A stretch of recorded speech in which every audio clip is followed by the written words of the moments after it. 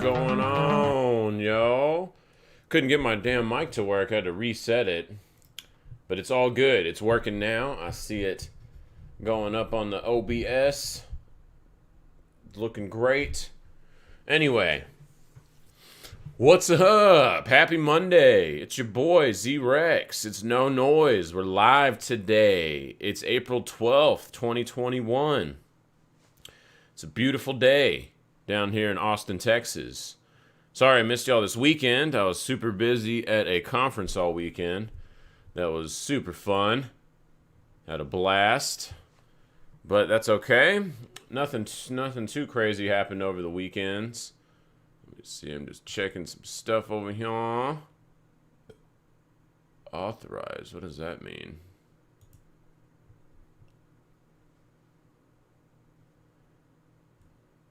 Alright, whatever, not sure. Just looking at some stuff. Man, yeah, so nothing too crazy happened over the weekend. Mostly a flat time, which is generally what happens over weekend price action. So just kind of chilling. You can see through the weekend, literally, it couldn't be more damn flat than this. Had a little spike on Friday, but didn't do shit. Just stayed inside the spike. Pretty boring day. What's up, Mr. Scott? How are you doing today?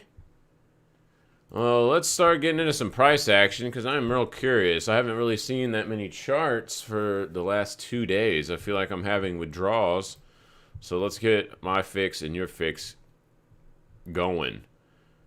Heat up the spoons. Let's see. Looking pretty good on total market cap, just kind of slowly grinding up there. Same with total 2. Wonder if this thing's working up to $1 trillion here just for altcoins. It's damn near there, only like 100 mil, and it almost hit it earlier today in the session. When was that? Oh, early morning hours at like 1, 2 a.m. Central Time. So just kind of steadily grinding. Let's see what Bitty Bitcoin's doing. What's Mama Bear doing? Mama Bear is incredibly neutral still here, which is really freaking weird. Like, I thought for sure it was going to bust out overnight session late last night with that attempt, but it just got rejected immediately. And let's zoom in on the crack time frames. We can see, look at this, immediate rejection. Like, this is a 7-minute chart, so literally getting right up to that threshold. 62,000 is the major overhead resistance at the all-time highs, and just slapped it down. Man, that's kind of lame. Well, it still looks okay though in the 3-hour, coming right back to the 21. Just doing a little consolidation up here. So damn neutral on the daily. I'm surprised there's not any love today with Coinbase going public on Wednesday, I believe it is. Yes, it is on Wednesday. Via ticker COIN, C-O-I-N. So that's happening. Everyone's all super excited about that. Except for Bitcoin, which is kind of odd. What the hell? Why is Bitcoin not wanting to party here? Alright, so if we get off spot price and go to futures, futures are actually very bullish. So that is interesting. Yeah, wow, in the 3-hour, the futures actually look really good above this 59,000-ish area, this gap that it made when they opened up on Sunday. Don't have the same posturing at all on spot price. Super ugly on spot. Great on futures, and I default to futures. That's what the pros are playing. Yeah, so I'm going to kind of default to that. This is setting up to be kind of an ugly daily candle so far, but it still does have like 5 hours or something left in it, so a little early to say anything for that. But this 3-hour setup is pretty nice, just more hammering in that 59,000 base, which has been kind of the thing for spot too. And I mean, nothing really has changed about that over the whole weekend, so didn't miss anything there. Let's look at Vitalik, kind of same pattern as Bitcoin, finding lots of resistance overhead. It did have a higher body close than over here, so that's kind of nice for Ethereum. So just be real sexy if this thing just holds about where it is and starts to turn back around. Let's see, crack time frames. This is where these are good to watch to see when that could happen. Let's see here. Yeah, it looks like just kind of just doing the same thing. As long as it can get bid back up and kind of turn around from here fairly soon, I do think that we probably break out of this. But, you know, kind of a little confusion here on this last one. Nice rally and then engulfed it and then having continuation sell-off. So just making it really frustrating. Let's see if futures have a little bit better. Yeah, just like Bitcoin spot or Bitcoin futures, ETH futures actually look better too. So let's go out to daily. Not very much data on that, so kind of have to stay on the lower time frames. But ETH futures do look really good on this setup here, just like Bitcoin futures. So that's pretty nice. Let's see. Why is Bitcoin blue? That shouldn't be blue. Whatever. I guess I did it for some reason. All right. Litecoin looks pretty good as long as it's holding that 235 level. Nothing too crazy about this pattern. A little bit neutral. Man, look at this. It's like the Jesus man. This is probably the best thing to talk about today, or one of the biggest movers to talk about, I should say. Not the best thing to talk about overall. But you can see after we got over that 65-cent area, it was just race to the hills, and we were looking for the dollar. The dollar came in right here with a little stalling and ultimately went right to this damn target where price is literally just splitting on the 3-hour over and over again. And this, you know, we've been targeting the mid 130s for a long time. The dark blue lines here, I guess they're kind of light blue, but the solid blue lines, those have been on my chart literally for like 2 years. All they are is 618 retraces from each run-up, all these massive run-ups. And so they're extremely critical levels, and here we are right now battling one more. If it kind of just stays up here and just goes sideways, it's probably going to go another leg up higher, which I know sounds absolutely bananas for Ripple, but it's definitely on the cards right here. This is crazy, y'all. I don't know, but $3, upper twos is like totally in the cards right now. As long as we kind of just float right here. You can see there is quite a bit of resistance at this level, and we did put in this little shooting star candle right on the money. So bulls have some work to do, and as long as it's like sub 143, the risk to this is to the downside now, just where it is on the structure now. So yeah, I'm not holding any Ripple until this resolves itself. Target's already got hit. It did its thing. Now we just got to wait and see what the market wants to do with it and let it digest it. So, but man, just insane-o move on Rips. Garlic bread, what's up? He's getting it in. Mr. Brad. XLM still looks pretty damn good on the daily for sure. Still looks very sexy, especially above like this mid 50 range. And also 3-hour agreeing with that, coming back to test the opening EMAs. I mean, and now you've got the 3-hour 200 over the 377 as a very good bullish reset. I mean, yeah, XLM actually looks really good right here. Let's go to a weekly. Yeah, weekly even closing above there. Also agreeing with that. A little bit lower than the mid 50s, about 53 cents. So yeah, like 53, 55 cents is major support on this. As long as it's above that, Stellar looks really good. Dot looks okay. A little bit lagging here. Very neutral on the oscillators. Not my favorite chart. The daily looks better, to be fair, than that 3-hour, but it's kind of just sloppy here. This is kind of funky. More in a range. Not really interested in messing with this until it gets either below 38 or back above like 42, 50, 43 bucks. Yeah, until then, it's just kind of a nothing burger. Link actually looks pretty damn good right here on the daily. Very nice, sexy. Ooh, yeah, this is actually a real sexy chart on Link, as long as it can hold about 30 bucks. I really actually do like this chart right here. Very nice, and especially if this daily just keeps kind of slow grinding up and making higher body closes, that would be very, very sexy on Link. So not too shabby, Link. Very nice.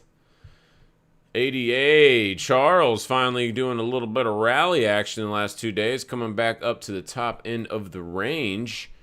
Coming back in to test the opening EMAs on the 3-hour and this local high in the middle of the range that has been tested a few times back over here, here, and right here. So, man, holding up the middle of this range probably is going to look pretty damn good for an attempt to the upside here. What is this daily at? Is it about 132?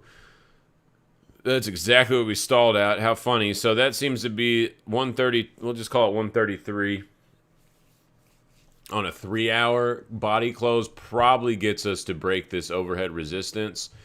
Struggling a little bit so far, but overall looks really good as long as it's holding this middle range at about 123, 124. I don't see any problems with this chart. 666 on Bitcoin Cash. Oh my gosh, Roger Ver, the devil himself, broke out of this range, but already given it up. Hopefully it's just a retest of that range, and this candle gets bid up for the rest of the day. That would be super sexy time. Let's zoom in, crack time frames.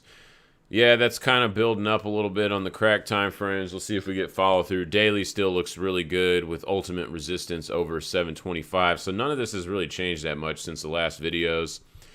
And target after that is up almost around $1,000 if we can get like a daily or a few 3-hour candle closes above 750-ish. BSV, heyo, io. BSV just riding up this 10 simple daily like the Jesus man, working its way up to our target, looking great. Almost hit it actually. Over the weekend, missed that. Like I said, I'm catching up with a lot of the charts here. Yeah, very nice for BSV, just coming back to the 55. It looks like it likes to go a little deeper. A lot of stuff stalls out between the 21 and the 10. But it looks like BSV wants to go a little deeper in the hole here each time. But overall, looking very, very nice on the structure. See if this is a little liquidation break, possible reset for further upside. And the way we'd like to really confirm that, as long as the bears don't get too much time up in the power zone. You can see right here they just went up for one candle and got immediately rejected. And so if we kind of just see that just teeter around here and then have price action start ratcheting it back up, this thing probably will come up to the target. After the target though, you're getting a little bit crazy. Whoa, let's do this here. After the target, it could definitely go above that for sure. Anything can happen.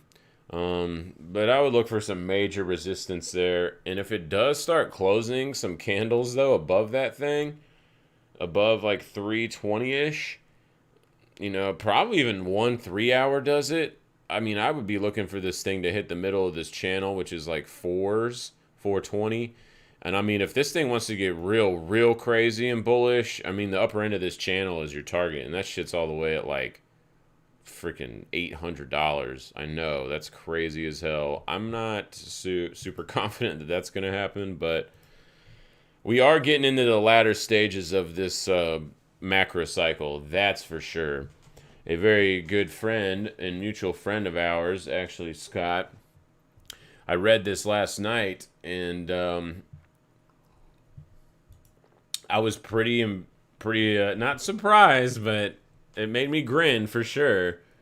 One of our buddies that is a super Bitcoin maxi and alts are stupid as shit, all this stuff. Over this weekend, he is asking about where to buy altcoins. So, maxis are getting a little bit pissed off that their shit isn't rallying, aka Bitcoin isn't rallying against all these altcoins that are moving like madmen. And coming from people, like, when people that are super maxis and hate altcoins start wanting to buy altcoins, I think that's pretty telling in itself. And I'm hearing that across, not just that guy, I've noticed it across the board. Like, a lot of people are getting real frothy at the mouth for tendies, man. And it's not just him, it's parents, it's other friends that don't trade crypto even. I mean, it is real frothy out there. So I think that's kind of interesting. And the timing of that, guys. Actually, we skipped this. Let me roll back. Hold up. And the timing of all that stuff. So that, let's get into altcoin kind of thing, because I'm not getting any tendies. If you're just holding Bitcoin, then you're fucking pissed right now watching all these fucking coins go up thousands of % for the last month, and your coin literally has done absolutely jack shit for 5 weeks. So pretty funny, really frustrating, the market, and just the timing of all this, that happens right around Coinbase IPO. Or direct listing, whatever, is 2 days, and then Pi Cycle crossed this week, and then micro futures come out over here. So all in this 2 weeks coming up is all that happening. And speaking of Pi Cycle, let's go check it out, because it did cross. And the only way that this doesn't cross is if Bitcoin dumps below 55,000 today. It's got to happen today. That's right. Tradables are important, man. Don't get married to shit. I try to harp on that a lot here, and anytime I go talk to people about trading, because everybody just wants to get married to something, and that's usually when you get F'd in the A. So be neutral. Doesn't matter. As long as it has good liquidity and decent daily trade volume, then F it, man. You can trade it. It's all good. So we do have, like, literally the only way this doesn't cross is it's got to catch up to the bottom Pi line, which is all the way, like, pretty much 55K. And that would have to dump, just today, we'd have to dump, $5,000 pretty much from here. Could that happen? Absolutely, it could happen. Bitcoin does crazy shit. So, and this rejection so far, this was a really good attempt for it to go. And we don't want to start seeing body closes back below like 59,000. That will not be good. But yeah, so pretty much Pi Cycle is going to cross today. And if y'all don't remember, there's a lot of people talking about this thing, and they're dismissing it. For some reason, they're like, no, I don't want it to be over or something. It's like disbelief. And I'm not hanging my hat on one indicator. I've been very thorough about this thing. But let me find the text I have. Oh, here it is. Put it on the other side. So I did all this. I'm just going to bring this back up. And these are every signal. And then this one I kind of had to do some math to guesstimate because it didn't quite populate. But I just kind of did some reverse engineering crap. That sounds way too fancy for what I did. Engineering. Not an engineer by any ways. But kind of just reverse mathed it to get a approximate number. But you like we can't just sleep on this signal. It's like until it's proven wrong, like, that's probably the better way to play it. And right now, only once did it go up more in the last 4 signals. So, and then the one time it did go up, it was 60-something% in 4 days, but then the 5th day, it dumped 73% in 1 day. Now, it did rebound off that low all the way back up to 120%. And if you want to see what I'm talking about, we can go right over here. Let me zoom in. I gotta go on a daily though, otherwise you can't see it. Oh shite.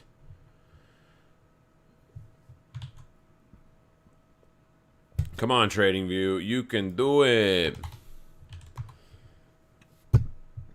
All right, and that's a little feature you can use, Alt Go, and it'll just go back in time. So you don't have to scroll, but I pushed the wrong one, so whatever. Hey, it went back a couple years for me. No, it's not this one. Sorry, it's the early 2013 one. Yeah, this one right here. So it did trigger on this one, right? And you can see it went through it and then just blew to the upside before a massive dump in everybody's face. So this is the only time that it's rallied after the signal. And so I don't know. A lot of people are dismissing it, and I don't know. Everybody just wants to stay super bullish, and yeah, that's great. I'd like it to be super bullish too, and just keep going. But I mean, the fact of the matter is, You know, like, it's called the top within a week every time it's triggered. Outside of however much it moved, you know, with the signal firing, you know, take that away from that, and it's literally called the top every time. Yeah, maybe 60% more or whatever. Like, what is that from here? Up here into this red resistance line that we've been watching for a long time too. So, you know, and this is kind of coming down soon, also for the end of April, around like the futures. I mean, this is a really interesting just spot.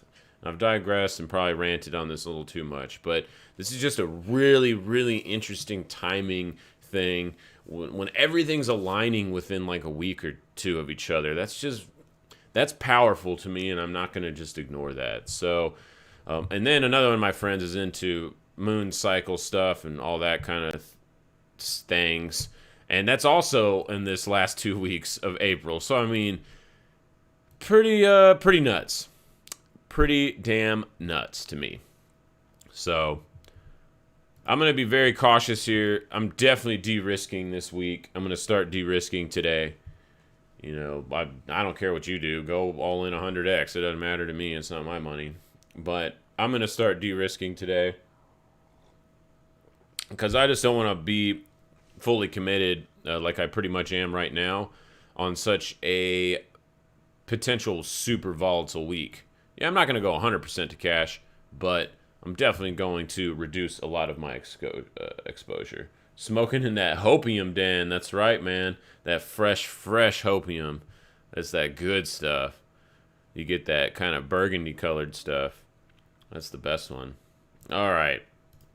Anyway, before we talk too much about drugs here, let's move on. That black tar moon rock hopium, yeah, that's that good. Get that spoon out, baby. Oh, let's see. EOS just made a new candle, but it did do a little hammer candle. So this ended at a really nice spot. So this is probably going to base out right here. I wouldn't be surprised to see it get bid up from this zone.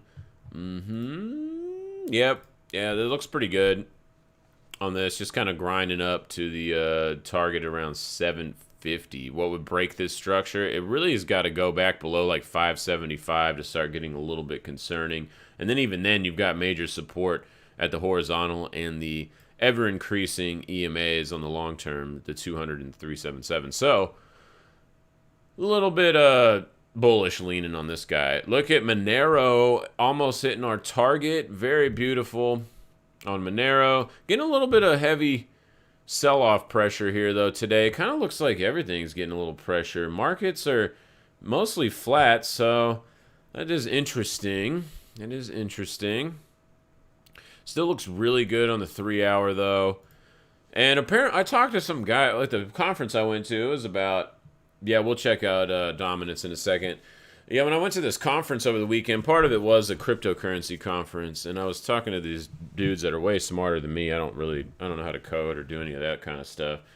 And I was asking them about people about Monero, if it actually truly is as private as the claim is. And apparently the tech in it is actually like way more private and pretty much auto tumbles and I don't know. It's pretty interesting. It's beyond me, but I felt a little more confident that it's more private than any other coin that exists. And I guess you have to use your passphrase or your mnemonic to look at the balances. So you can look at, like on the blockchain on Bitcoin, you can just go look at whatever one you like to explore, you like to use, and you can see all the transactions, everything. But on Monero, if you don't have the private key, you can't see that. You can just see that it's a valid address, but you can't see anything about it. So, and they were telling me that was actually Bitcoin's original thing. It was like already in Bitcoin back in the day, and it kind of got coded out over the debacle and fork wars and over the last handful of years. That kind of just got ironed out, and any kind of proposal in Bitcoin for the core devs to reignite and add that is always kicked back. And he told me it was like some mouthful of bullshit pretty much that was like, yeah, this isn't approved enough for us, we're not going to add that feature. Pretty interesting. I could go on a very long rant about that, but we're not going to. We're skipping that and just going to the next coin. Zcash. Zcash looking great daily, getting dominant on the DMI, kind of coming back to test the zone. This looks fine, a little bit like EOS's little hammer candle, and yeah, this looks pretty good. This is probably going to put in a base. I mean, the market's so damn bullish at this point. Let's zoom into crack time frames, because you can use crack time frames to kind of time your entries on bullish structures. And on this, yeah, if this starts curling back up and we get chronological EMAs again in the next few hours, then yeah, that would pretty much reignite and probably be a decent entry for maybe hitting up on the target there. Dash, kind of same posturing. Dash actually looks pretty damn good. Daily looks really good on Dash. This thing looks like it's a pretty high probability we get up to 326-ish. Yeah, it looks pretty damn good. I don't have any problems with that. Dogecoin. That Dogecoin pamp almost got over the resistance at the SAT level. Did make a new wick high, though, the highest one since mid-February, so that's pretty sexy. And we're just making these big body candles in here. That's pretty sexy. We have EMAs opening up and all of the oscillators pointing up. That's pretty sexy. How about the weekly? Weekly is kind of, I mean, weekly looks pretty damn good. To be fair, the weekly close yesterday was very nice. Oh, actually, we need to go look at some Bitcoin weekly closes on spot. 3 hour looks like we might be just doing a little reset here, retesting these troublesome areas in the mid-1 teens. So looks pretty damn good. Let's see if Spot agrees with it. Spot does agree. Spot very much agrees. Daily, very sexy daily. This slow grind, getting this pop up over all this consolidation. Let's go week. Oh, we did weekly already. Oh, no, we didn't do weekly on dollar. Dollar weekly looks very nice. That looks like it even closed over the 618 from this consolidation zone. Let's check it. Maybe, if I can do this correct. It did, which is at about upper sixes. Almost exactly what we came down to have tested so far today on these lows. So yeah, very sexy right here on Dogecoin. You know, if y'all been paying attention on here, we've been super bullish on Doge for the last couple of weeks as it kind of reset and started looking real sexy on this April 1st candle. And it was not an April Fool's candle. It actually got some follow through. All right, let's go look at weekly Bitcoin before I forget. All right, let's see here. Let me turn off some of my drawings, clean this shit up. Oh, look, nothing. Boring as hell, just in the range. See? That's why the maxis are pissed. They're so pissed. Oh, XRP's a scam. I hate XRP. It's such a stupid scam. Garlic bread. Garlic bread. Oh, yeah? Well, garlic bread just smashed your face in, so the market says, oh yeah, well we like garlic bread. You don't like pasta, bitch? Pretty nice move on that. Let's go to Bitcoin dominance also real quick, and then we'll go jump over to futures. Bitcoin dominance continuing to dump. Not a surprise. This is probably going to continue to accelerate. Yeah, I mean, weekly close way below here. We are in this little cluster, though, that has about a low of about 53, but we're like smack in the middle of it. So maybe we kind of stall out here. I thought Bitcoin was actually going to rally, and that's why some of these alts were giving it up so far today and in the early morning hours last night. So I thought maybe Bitcoin was starting to get ready to fire up and kind of take some of its reign back and put pressure on alts. But so far, kind of just got rejected. But, you know, I mean, that's just low time frames. We could easily see, because futures are pointing to higher prices on Bitcoin. So maybe we see a little bit of rally back up to upper 50s on the Bitcoin dominance, which would put some real good pressure on alts because they got some mad love on them the last few weeks. Let's go to the daily. Yeah, 3 hour. Yeah, 3 hour. I mean, they're all still bearish too, to be fair. They're all still very bearish. How about a monthly? Nah, still got a lot of time on the monthly, so yeah, looks. I mean, altcoins are partying, man. You can see that with the total too here. I mean, it's rising in a more aggressive clip than the average or the total of all the market caps. So total 2 is definitely getting it in. That's like 400 billion difference from BC. Yeah, yeah, it is. It's pretty interesting, man. If like, yeah, alts could definitely get a little bit of running here. If, like you were saying, the cash flowing to alts, that could easily happen, man. And like, I thought that was about to start this morning, but Bitcoin just gave it up, you know, right when the market's open. But hey, it's trying to base out right here in the upper or mid 59s. So that's like where it really needs to hang on to not start looking shitty. And then the alts are going to run some more and really piss off the maxis. ES can't keep a good spoo down. Just drifting and drifting. I mean, dude, this thing looks like it's just going to go to the top end of the box. I mean, I don't even know. Like, it's just bullish as hell. It is getting a little frothy, to be fair. I mean, you do have this just kind of runaway gap, and it's just like, let's just go up every day. So that's a little bit concerning. As we've talked about a lot on this channel, when you start getting really steep slopes like that, like these real aggressive slopes, pretty much pointing to the sky, if I can freaking draw today, you know, and they're almost vertical, usually you get some pretty gnarly snapback move from that. But I mean, now guys, like, this is crazy, y'all. Like, we can dump 5% from here now and still be in bullish structure. Think about that. It's pretty wild. Pretty wild. Not so much great on NASDAQ, though. Kind of stalling out right here. Daily does look good, though, on the EMAs outside of that little local high.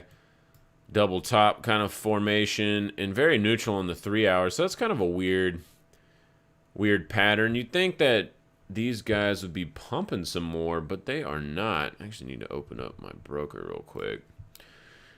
Yeah, but they're not, so that's kind of weird. What the hell? Daily still looks really good. I mean, I'm not bearish on this by any means, but all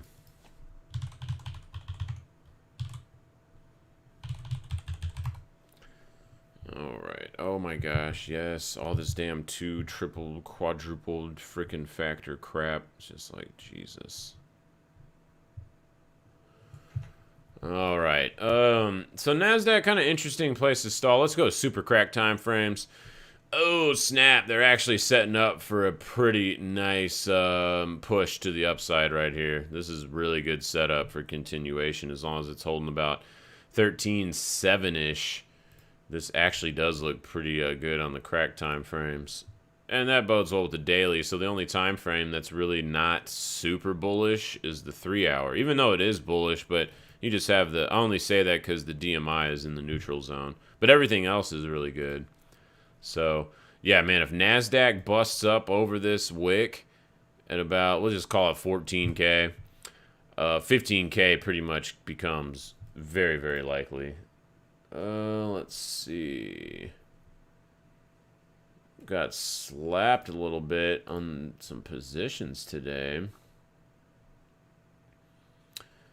Yep, I did. We'll go through those in a little bit. Yes, I did. That's interesting. Kind of, man, yeah, just weirdly quiet Monday here. I mean, super quiet. Like, what the hell? I mean, look at this. It's like nothing. It's like totally nothing. Well, ain't shit really going on. Russell's actually starting to get a little bearish here. EMA's starting to open down, and the 3 hour has maintained bearish dominance for almost a week. Actually, a week now on 3 hour. That's very interesting. That is very interesting. And also on the daily, going back to March 22nd. Huh. Huh. Yeah. Wow. Well, that's kind of bearish for Russell. Interesting. Huh. Yeah, I'm a little surprised by that. Well, maybe Russell's hinting that the market's about to have a little dumpy dump coming. But the Dow Transportation ain't saying that. It's actually the only thing rallying today, so I mean that bodes well for bulls. See how that closes, but I mean, geez, just so damn neutral today.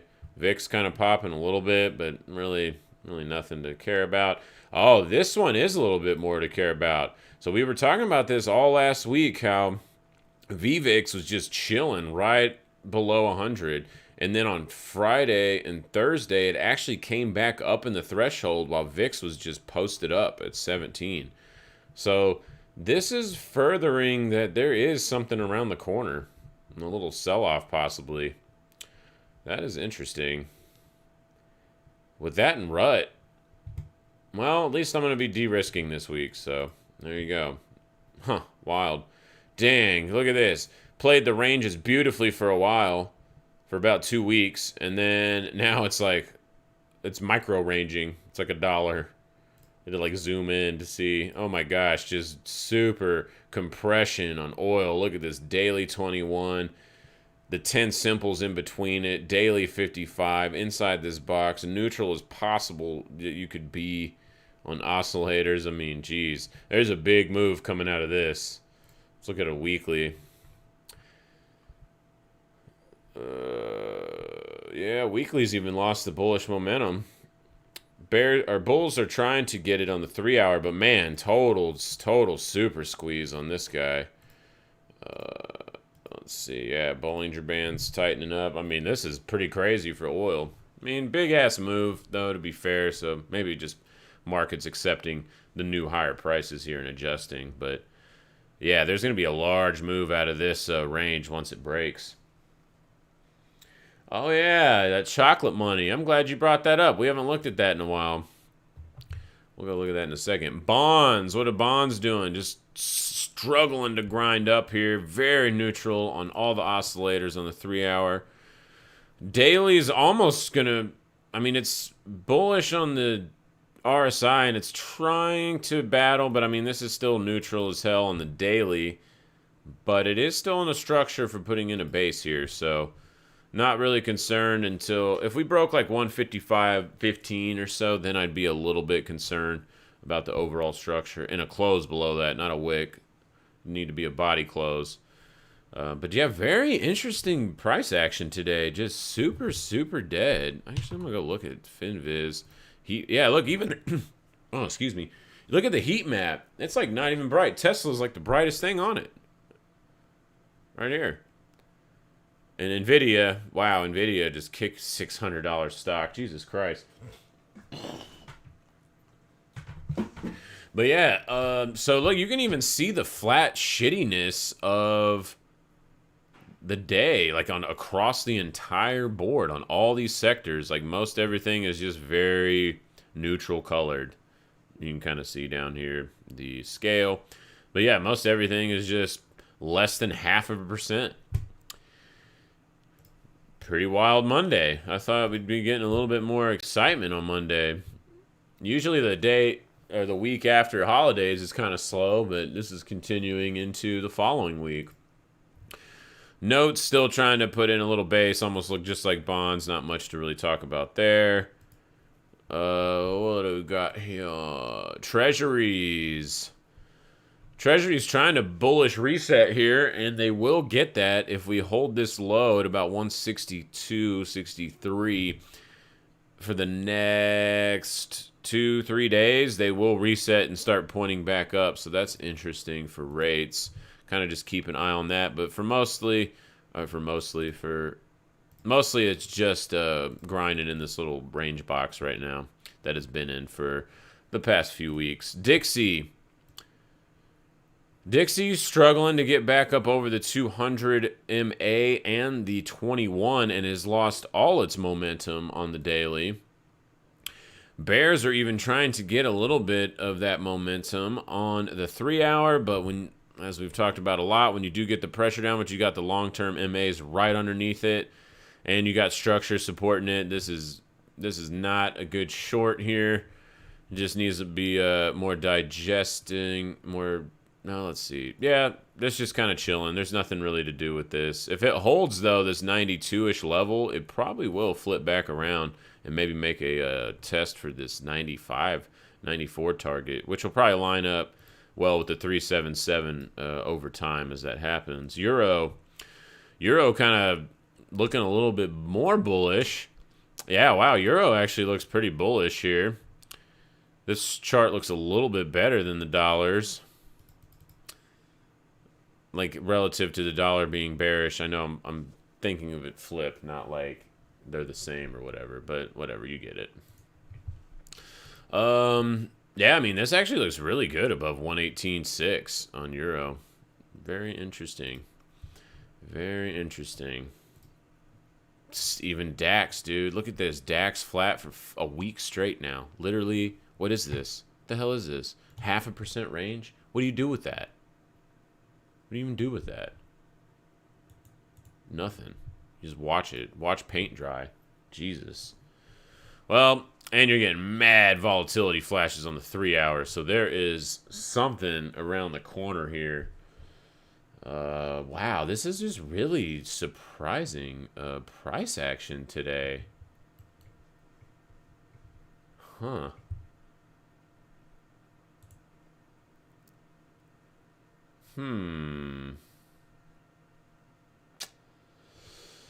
Yeah, well, shit. DAX, I mean, this just a whole bunch of chill sidewaysness. Shanghai rolling back over. This is interesting. China not getting no love. It is getting some bids at about the 377 at 3,400. Man, back below 3,400, this starts to look real ugly. What are metals doing? Man, metals selling off today. Huh. That's odd. That is odd. Just getting a little pressure. I mean, it's not too crazy for gold, just getting rejection from the major resistance at 1760-ish and the 377.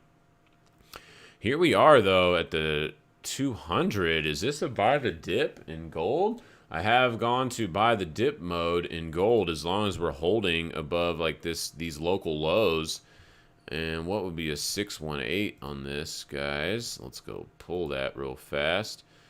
So we're right at about the 382, and 618 is 17 flat, so that's good to know. Yeah, not too shabby. Might be a good re-enter on some gold action here. Because I sold it when we got up close to here.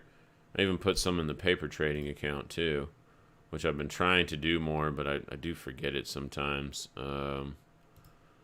Where was it? The gold.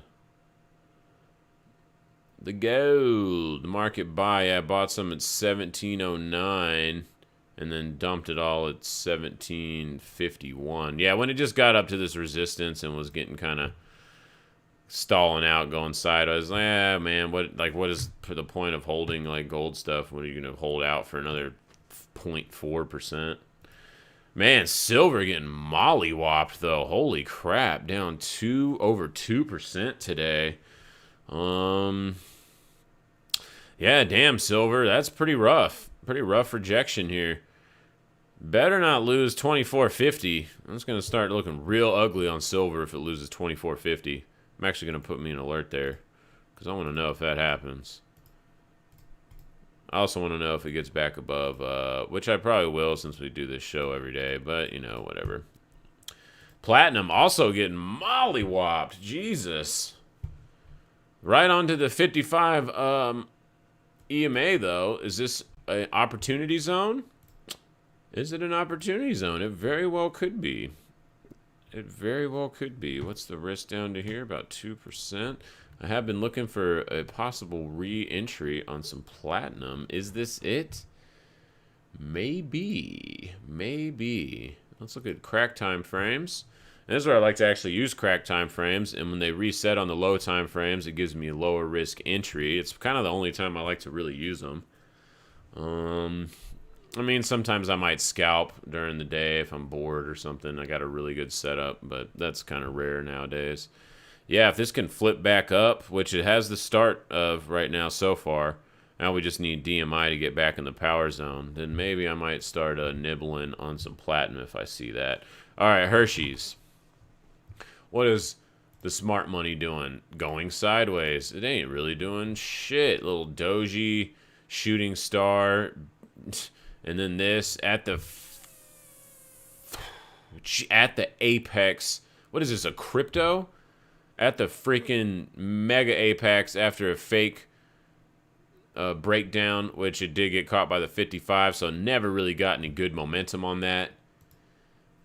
And here we are, just right up here going to the apex. It still looks pretty bullish, though. The daily looks great. The daily's actually regained the 377 exponential, which it lost back in September of last year. So that's been quite a while. This could have just been a little reset. For some longs, what's our major Oh, look at that major resistance right here at 162-ish. And oh, my alert's actually right there, too. You can see this little orange arrow. So, yeah, I mean, it's triple topping right now, going back to the 19th, and then right before Corona dump happened. And so here we are, man. So if Hershey's can make new highs, haven't got that alert yet, but if Hershey's makes new highs, I would look for a pretty large continuation in equities in the overall markets. But it's kind of just going sideways, not giving us no clues yet. But the smart money indicator, which I like to call Hershey's, if this thing does bust out over 162, I would look for some pretty large continuation in most markets. That chocolate money, baby. All right, let's go to, I want to look at some blockchain stocks. Is MicroStrategy trying to come back over here? It's still struggling like a mofo. I really want to see MicroStrategy get back above this trend line. It's having a pretty hard time so far. Weekly still bullish. 3-day still bullish. 2-day is fighting, but it's slightly bullish. Daily's neutral. So like kind of up to 2-day, it's pretty damn neutral. And we're even having a little trouble resetting these oscillators here with big reads like on DMI. So this is kind of odd. A little bit of a harder read. It's probably easiest to just default a range on this guy, because oscillators aren't really giving us much help. So if it needs to get out of this range to really see and kind of confirm the direction. And like we've talked about before with MicroStrategy, this is a hype cycle stock. So you can see it was absolute garbage. And I actually hate MicroStrategy, so I know that's not a popular opinion. I think Michael Saylor is a tool, but whatever. Who cares what I think? You can see this last time. It was a hype cycle, pumped after IPOing, didn't do shit for over a year, and then they're like, oh, let's ride the end of the bubble. And so they literally rode the exact last innings of the bubble for about a little over half a year, and then it just dumped in everyone's face, 99.9% down, and it was pretty much down for 20 years. So from the top to here, 95, 96% down its whole freaking life. And then only now, and guess what? Probably what's the last final innings of this macro cycle, he's back at it again, taking advantage of some hype. So, if this thing breaks down, I'd be real concerned about even Bitcoin and stuff. Like, this is just a weird pattern to happen. Like, why is this not rallying? Are they only buying Bitcoin? Is that why? Are they mad too? Are they about to start investing in alts? I don't know. I feel like this should be rallying some more, though. You know, even Riot's in the same boat, kind of just going super sideways and has no momentum. You know, the only one, this InvestView, that's the only one that's kind of broken out of this sideways. Some stupid bullshit mining company, or so they say. I mean, it's probably fake anyway, but... and then coin, this is a different coin, so I'm not sure how that's going to happen. This must be on a different... Oh, it's on TSX anyway, so that's on Canadian market, so that won't conflict with Coinbase, the real coin. Weekly, though, on this actually looks pretty damn good.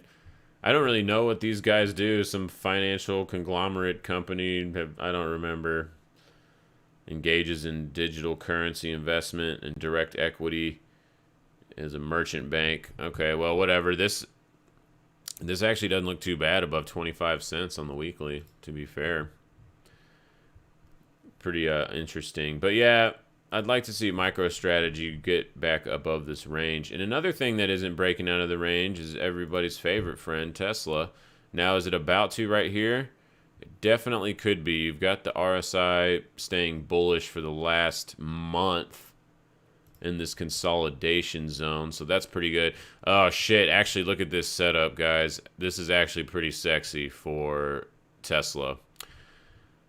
Yeah, this is pretty damn good. I actually do like this. A 3-hour close above 715-ish, 712 is probably going to get this thing rallying $100 or so. Let's see what a fib or 618 is. Oh man, only 760. So that's probably like the resistance, about 760, 770-ish area. But this is a pretty good setup on the 3-hour. And the daily will look pretty good here in about a week if we kind of just stay above the mid 600s. So not too shabby. Not too shabby. What's BlackBerry doing? Kind of just chilling, not really doing shit. How about Apple? What are the FANGs doing? Let's go to the FANG stocks. The FANG mans. Apple finally kind of doing something. Damn, Apple looks pretty freaking bullish here. When is this? Earnings coming up at the end of this month. Google looks really strong. Amazon looks a lot stronger than it did after its gnarly rally last week. Yeah, just coming off these lows, playing catch up right to this resistance level. Jeez, that was a face ripper right there. See, these are dangerous. I don't like when these happen. I don't like getting long in this kind of action when there's no pullbacks at all. We literally just talked about this earlier. This thing it's almost more vertical than the other ones. I mean, look at this. How do you even get that vertical? Very, very suspect rally. Do not like that at all. Maybe on a dump back to 32 something, I'd be interested, but Amazon also takes up a shit ton of capital to trade, so I kind of just don't even mess with Amazon. But if you were going to, be careful of this rally right here. This is really, really strong. And not, like, strong isn't the right word. And I don't want to say suspect because it could just keep going, but I don't like when they get those aggressive slopes because they get bid back a lot of the times. Netflix. Very aggressive, too, and it's already rounding out right at the tops of its range as well. Kind of same shit, different day for most of these tech stocks. Right up at the upper end of the range. But they are getting the daily resets, though. So, you know, these might be going into buy the dip modes for some of the FANGs, which it's kind of been a while. Apple. Yeah, kind of same structure. They're all kind of looking the same. Real aggressive rallies last week. Even Microsoft, real aggressive rally. So I don't like any of that. I'm not playing with none of that. DoorDash, rallying, snowflakes, IPOs, just kind of, none of these look really that great. Airbnb, look, this chart looks pretty terrible. Neo looks pretty, it looked okay on this rally here, but now kind of just a bunch of blah. Can't really do shit with that. Got stopped out of this one. Yep, I did. That's okay. Shit happens. That was a low probability trade anyway, so I did it really small. I just used some options just to play around, see what happened. This one actually looks okay. Man, yeah, none of these look good. Actually, the Clown World stocks for my list here on these new. Yeah, I don't really like any of these. Not great. Not getting no follow through. Really boring day. This is a funky Monday, guys. Funky Monday. What time is it? 1:30. Yeah, it's a funky Monday. It's almost one of those Mondays when I just say screw it. China's dumping theirs to buy ours. Maybe. Yeah, Baba's chart has looked absolute like shit for a long time. It did gap up today though. 10 or not? Is that today? Yeah, 10% gap up today. Kind of off. I mean, this chart though is real sloppy and very, very confusing. I mean, what is this, the weekly? Where's that major weekly resistance now, which is also boding well with the Mama daily. I mean, this is hard to trade right here. This is a funky ass chart, that's for sure. Let's look at a monthly. Maybe that'll help. Yeah, I mean, monthly's just being supported in those low 200s, so it doesn't really look terrible. Doesn't have any momentum though. But that's just the theme right now. There's just like not any momentum anywhere. There's a little bit of downside pressure today, but like when you zoom over here, like we were just looking at, I mean, this is just nothing, man. This is like a super quiet day. Let's go to bonds. What are bonds looking like? We haven't looked at those in a while. Oh, bonds. Okay, well, this is good for bulls. Coming out of this base here, not looking so shitty. Corporate grade still looks pretty shitty, though, to be fair. Oh, we got a reset on HYG, so this could actually bode well for bulls on the high yield corporate bond ETF. Maybe providing some opportunity there. Same with junk bonds. Yeah, the bonds are doing a little bit better, so, I mean, that makes it a little bit less scary for now. Brokers, what are they doing? They ain't doing shit. More sideways, sideways, sideways. Except CME. Or not, I'm sorry, ICE. ICE is, nope, sideways in the overall structure. My bad. This is the only one that's going up. This is an electronic bond trading company that just came out. Very nice performance on this stock. That's pretty much the only one that's doing pretty good. All right, what else we got? How about the data guys? Data. What's DigitalOcean doing? Bouncing here a little bit. Daily sucks for that. It's hard to read. You just have to use price action on that. That one's pretty... Oh, excuse me. That one's pretty self-explanatory here. You can just see the bodies. That's the range. That's pretty much all you got for now. As you go in the crack time frames, look at that. Whoa. Yeah, but they look ugly. Screw that. Keep it easy. Just use the bodies if you're going to trade these newer things. Digital, kind of rolling over. Dang, super pump here. What is this? 22% on Toshiba. Very nice, Toshiba. Yeah, kind of a lot of flatness over here, too. Intel getting mollywopped today. Jesus. Intel just lost its luster, didn't it? Intel used to be top dog. And NVIDIA's really just giving it a run for its money. NVIDIA's kind of like, bitch, Intel, you should have bought us 10 years ago or whatever it was. They were going to, and they backed out. Who's the sucker now?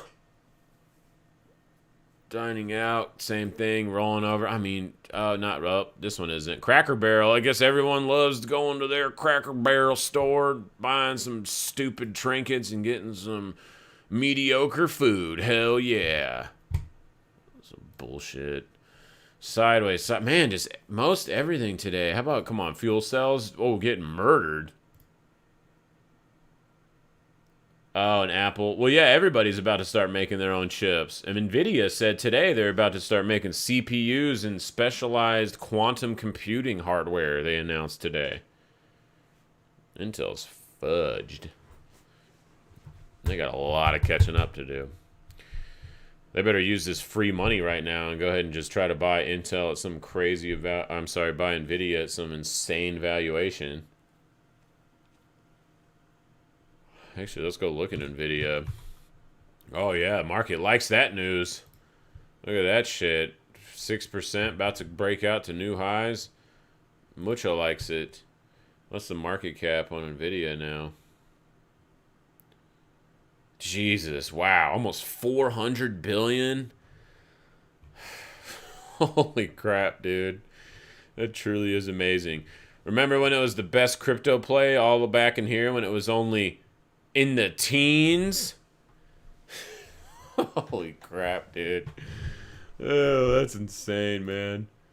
That's a good one to hodl here. Feel way more safe hodling something like that. Jeez, very nice. Not so nice on the green energy sector, though. What's going on over here, guys? These things are down 50% since February. Just absolute murder fest in this sector. Yeah, because it's a bunch of BS. Nah, whatever. Do I have any a real estate or REIT list? Let's see, Mr. Travis. I think I do have a REIT list we can go check out. Right here. Here's some real estate action. We can just look at some of the market ETFs, the sector ETFs.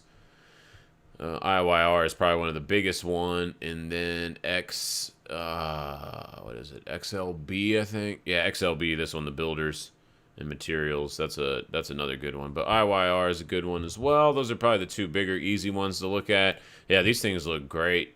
They've been looking good. I think they're just rallying on anticipation of whatever the what do you call it, infrastructure bill or a potential one that's coming around. I mean, beautiful run up here on the EMAs, testing back on the long terms. Super sexy, just keeps kind of grinding it up. Very nice chart here. I don't have any problems on this as long as it's above about 90 bucks. It looks fine. This is a little bit slower mover too, generally. If we go to XLB, probably showing a similar thing. Yeah, riding up this nice trend line. Yeah, this looks great. This is a really good chart. It's just a little neutral on the DMI. That's the only like slightly concerning thing, but price trumps all. So price action looks really good right here. There's nothing wrong with this chart. As long as it's above this trend line, I don't even care. Looking good. Let's see. I think I have a builders list too. Let's see. Do I have that? Too many damn lists. Yeah, housing. So I have a real estate one for general stuff, and then I have a specific housing one for like builders. And some of them are going to cross over. Like this one is going to cross over DH Horton. Jeez, these home builders, man. Look at these stocks. Rip face, dude. Consolidates for damn near a year, real close, and then just starts ripping. Woohoo! Let's go to the moon. And so I also have this list if you want to check that out. Of course, obviously, pause it and make a list yourself if you'd like. I thought about making like these I don't have a web page or anything, but I thought about maybe making one of those and kind of just sharing lots of this other stuff that I've already made, like, putting in little text files for the lists and just like little quick reference stuff. All right. Yeah, builders, just look really good. XLB looks great. All of these. Open House doesn't look good. Open Door Technologies is garbage. Apparently, no one likes it. Taylor. Morrison. Oh, my brother-in-law actually works for this. Dude, okay, so this is a crazy story. Yeah, right. That's funny, Scott. Yeah. Well, shut up, dude. Don't tell me that. Oil is going to, be replaced by batteries. It's funny, in the recent Joe Rogan, they talked to Elon about fossil fuels, and he literally says we'll never get off fossil fuels. He says that on the Joe Rogan show, on the recent one. Because Joe's like, oh, how long until we can get off, fossil fuels? He's like, oh, we ain't getting off of those. So even he knows it. Oil is just the most efficient, man. And it's not as bad as everybody says either. Like, oil derricks have some of the most marine life on the bottom. They create giant reefs. Pipelines create lots of heat around them and create homes for lots of wildlife. So much wildlife lives along pipelines, but they don't ever talk about that kind of stuff. I'm not saying it's all good. Of course, there's mess ups. BP fucked up back in the day or whatever. There's always accidents, but overall, it's lucrative as hell. Back in the day, the first cars were electric, and they're like, oh shit, we only can go like 20 miles. We got to figure something else out, and then they created the combustion engine.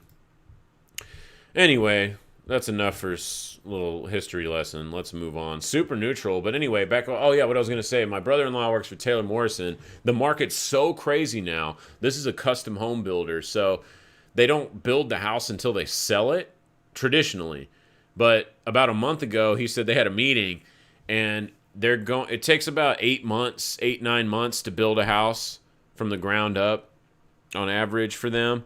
And they're going to wait now until 6 months in to where they get the shell up. And so that's pretty much almost all the sheetrock's up, the wiring, the inspections, all that kind of stuff is done. And then it's just the custom touches, what kind of tile you want, all that kind of stuff.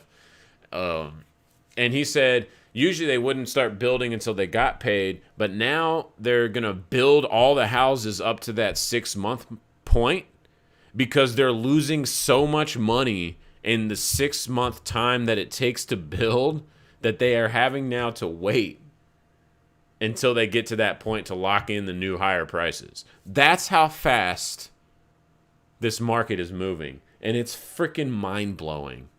Like that, they're like home builders are worried about 6 months of price appreciation. Holy moly. That is crazy. That is so crazy. Talk about bubble mania, dude. It's the everything bubble. Man, this weekly, though, on Taylor Morrison, all the way back to October in the fall, just slowly grinding. Look at this thing. It looks like it's charging up for a big-ass move to the upside. Maybe on the announcement of Sell the News event on an infrastructure announcement. Totally could see that happening. But just the state of this market is stupid, man. It's so insanity. And these charts are showing it. Look, KB Homes, garbage-ass homemaker. What's up? All-time highs. Don't matter. Make garbage homes and sell them to you for twice what they're worth. What's up? Crazy, crazy world we're in right now. Oh, what is energy doing, actually? Probably flat as hell. Yeah, pretty flat for the most part. Let's go look at the watch list, see if anything's popping up in there. If there's any good opportunities. Oh, this one actually is interesting. Not because of what the structure. Looks like it just had earnings, and the market doesn't look like it liked them. But it is getting caught right on this level. Look at all these tags to the upper side as resistance back in January. And then one tag here. These are lower risk, or lower probabilities for sure. But at least you know the risk on them. They're really easy. It's like pretty much anything below 1360, and it's a busted pattern. So that's kind of interesting. Afira. Maybe, what do they even do? Does it really matter? Not really. Engages in the production and supply of medical cannabis. Oh, do they? Okay. Well, weed stocks. Let's jump to weed stocks real quick and see what they're actually doing. Are they getting murder fest just across the board? No, I don't want that one. I want all the weed stocks. Yeah, a lot of red in weed stocks today. Pretty much all red, except for one of the best ones, IIPR.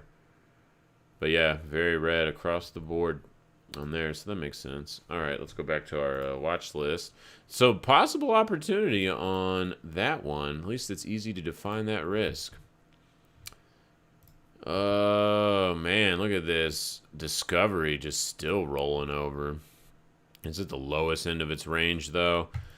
This one, possibly. It's a little far here. I don't remember if it had options or not. I thought we looked at it the other day. Maybe not. But yeah, not too bad on this. Possible low-risk entry on that guy. Man, this is just filling out the triangle more. Jesus Christ. And once it breaks, it's probably going to one of these targets, but just total nothing burger. GTT comms. Where's Joe at? Our buddy Joe. He likes this one here, but just kind of doing a bunch of nothing. Nilsi actually rallying. Nickel and palladium miner. Rallying today, even with palladium getting smashed. Silk Road Medical. Yeah, still kind of sloppy. Damn, Tilray getting mollywopped, down 13% today. Damn, yeah, weed stocks just getting no love. They're already down. Look at this. Ouch. Talk about sell the news event.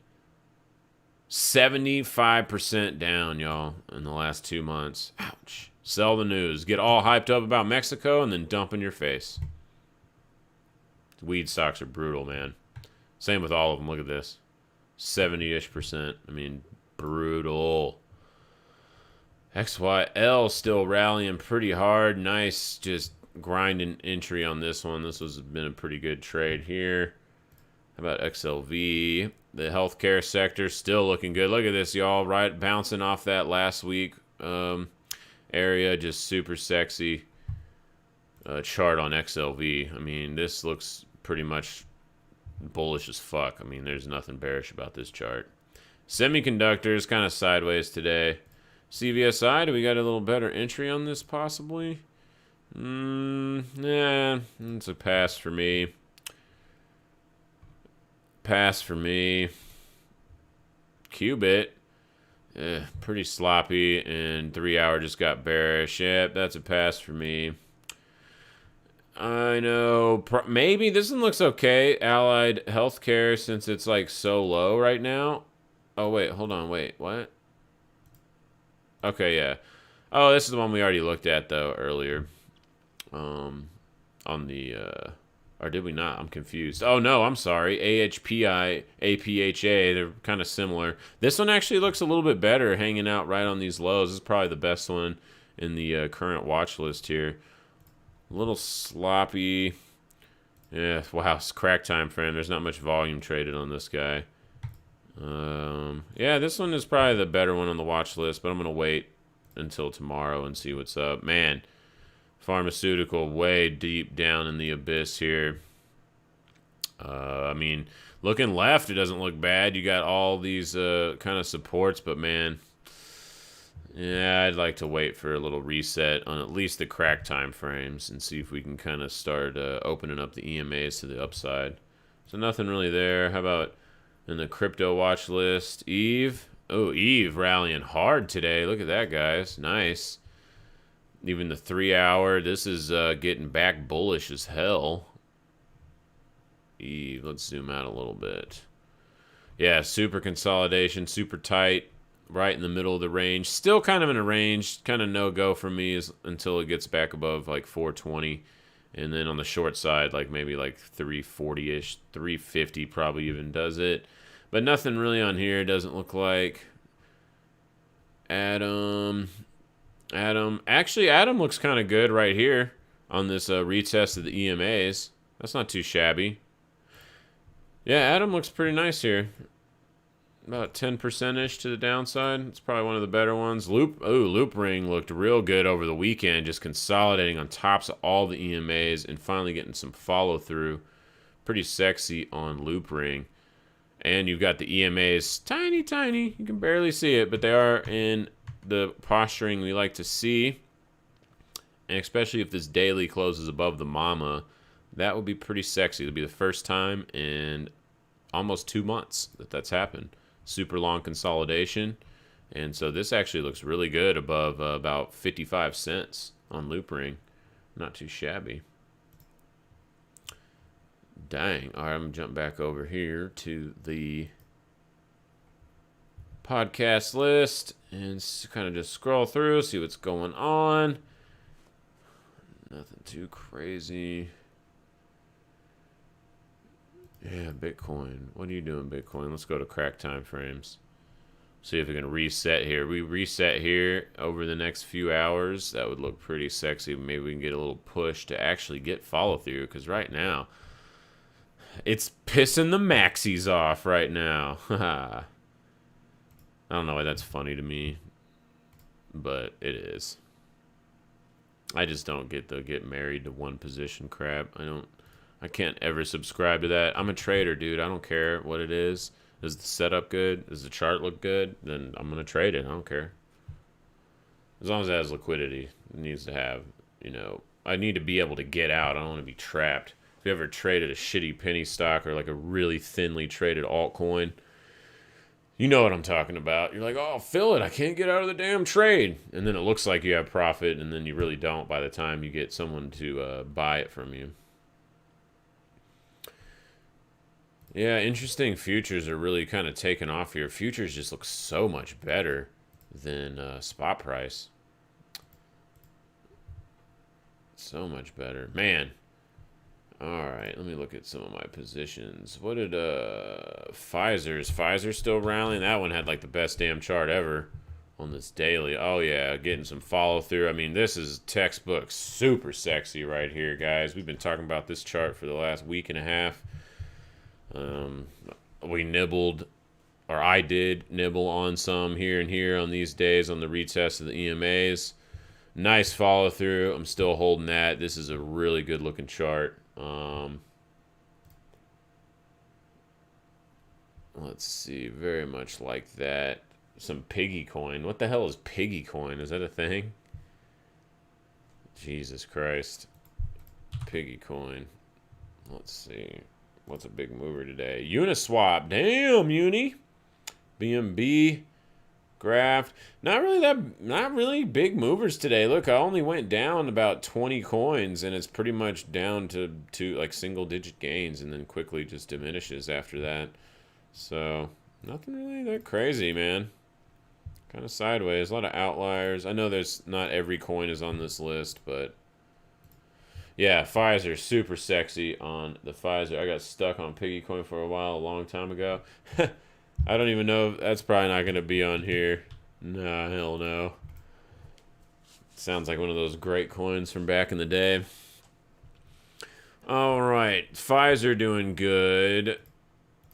Got that one going. I'm getting a little hammered today across the board on my positions. Let's see. That's my biggest loser today. Yeah, Nick. Well, which I already knew that. That's the one that one already stopped me out anyway. So we're effed on that one. CGC is hitting me a little bit today, although not as bad as I thought it would for this big of a move intraday. I do have a bull call spread on that, so I got a little bit of buffer on it. So not too shabby on that one. I'm just going to leave, I think, CGC on. Let's go actually look. Maybe I'm not. Let's go look. Ooh, gosh. That actually looks pretty bad. It's right on top of all this business, though. Yeah, it's not looking good. I just got it last week, just kind of anticipation of this little gap in this thing. I'm going to give it one more day and see what happens. Like I said, I got a bull call spread on that, so I got a little bit of wiggle room on it. It's not static delta, so one thing that, yeah, where is it? Yeah, but that one's whatever, flat on SA pretty much.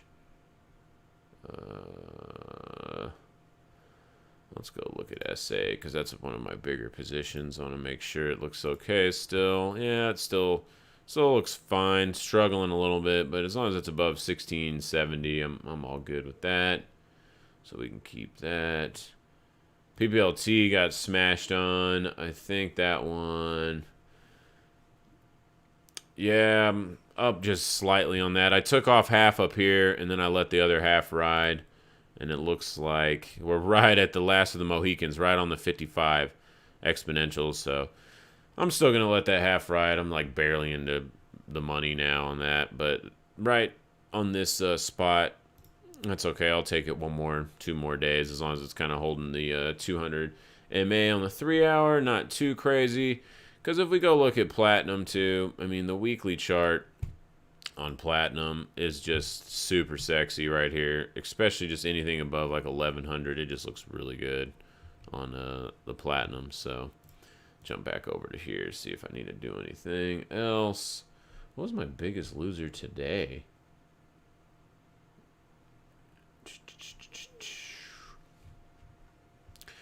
Damn, looks like DHT is my biggest loser today.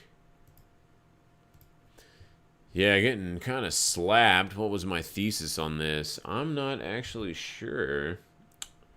Sometimes I like to do that. I'm like, well, why did I go and buy that? And we've got in about right here, it looks like. It's 6. Yeah, that's interesting. I'm not sure why, because I don't really see any good setups. And I'm actually working on a new little segment right now. Yeah, exactly. I'm actually working on a new segment now about losers that I take and why I got in the trade. Because winners, whatever, they kind of just do their own thing. But and losers can too if you just adhere to your stop loss and your trade plan and you're just out whatever. But I'm more looking for losers that don't make any sense. Like, why did I get into that? So I'm trying to make little shorts of losers that I get and walk through my process and psychology and reasons behind trading them. And so those will be coming out. Hopefully I can finish one this week. The editing on those is just ridiculous because I'm trying to keep them short. And sometimes, if you listen to the show, I might digress about some things for a hot minute or two. Yeah, but this one's getting a little, quite a bit of pressure here. So it's a smaller position. I didn't go full size. But yeah, I mean, I'm just going to hold on, see how this day closes. And if it takes out this 565-ish area, let's zoom in a little bit. Man, if it takes out the 377, that's going to be kind of my cue to be a little bit just take it and move on. Take the loss, that is. That's my biggest loser today is that one. And it's not even like that big of a loser. But I'm just looking at it on a relative basis. And that's my daily loser. The largest loser I have still is this stupid thing. And this will be the next one that I make a video on, actually. Because I don't know why I kept holding on to this, because I actually had the entry back over here, I think. I have to look at the date. And that's also, makes them take a little longer to do, because I have to look at when I did it and, reference it and all that stuff. I can see the price that I got on it really fast, but I have to go through my trade history on the broker and look, because sometimes the price history is not going to tell you exactly where you got in. I mean, I was in around 330 on this. I mean, 330 is tagged a billion times on this. So, but yeah, I'm pretty sure it was on this structure. Nice rally, got it, but then it gave it up, and we talk about this a lot on the channel. When you get candles that break through all of the EMAs, even though they look super sexy like this, it invalidates this structure and you have to wait for a reset again. So that's probably what I did there. And I did take half off when it was up here in this range. Maybe a little more because it is kind of a smaller position, but even at a small position, riding it down way more percent than I wanted to, about 20%, that's just my biggest loser right now, but that's okay. It's still small. I never go all in on stuff, so I can always, I can usually weather some mistakes like that. I've learned in my trading career that that's a better way to approach it, because going all in, man, especially these crazy crypto traders doing max leverage, 100x and shit, you only have to have a 1% move against you to lose all your money. That's so stupid, man. Especially in crypto, dude. That's every 30 minutes, except for Bitcoin. I'm just joking. Ardor, this candle over the weekend, I mean, look at this thing. Dumped 40% already. Jesus. Gnarly shooting star on that daily. So Bull's got a lot of work to do to try to keep this party going. But it still looks pretty good over 42 cents, to be fair. Good old Ardor. How about IOTA? Man, IOTA hit $2 over the weekend. See, I didn't even notice that. Wow. Oh, that's been a nice one. I've been riding that one for a hot minute. Maybe is it time to lose that? I might de-risk on IOTA. I got to really go through all my coins, specifically. I'm not going to do that all on stream, but I got to really go through everything and be like, all right, what looks the weakest? What makes more sense to get out of and stuff like that, because I don't want to hold as much as my exposure is right now into this week. I really want to see how Wednesday plays out. And maybe I'll feel a little bit more confident. Because you always can just buy back in, Yeah, whatever. It costs you a little bit of trading fees, but that's part of the game. Part of the cost of doing business, man. But yeah, lots of red today, man. Just everywhere. What is BlackBerry doing? Do I need to take that off? Nah, I'm just keeping that, just chilling right here on these highs. That's the only reason that I like this, because the structure isn't super great. But you got these highs, and then ultimately you got this 200 daily popping up right underneath it.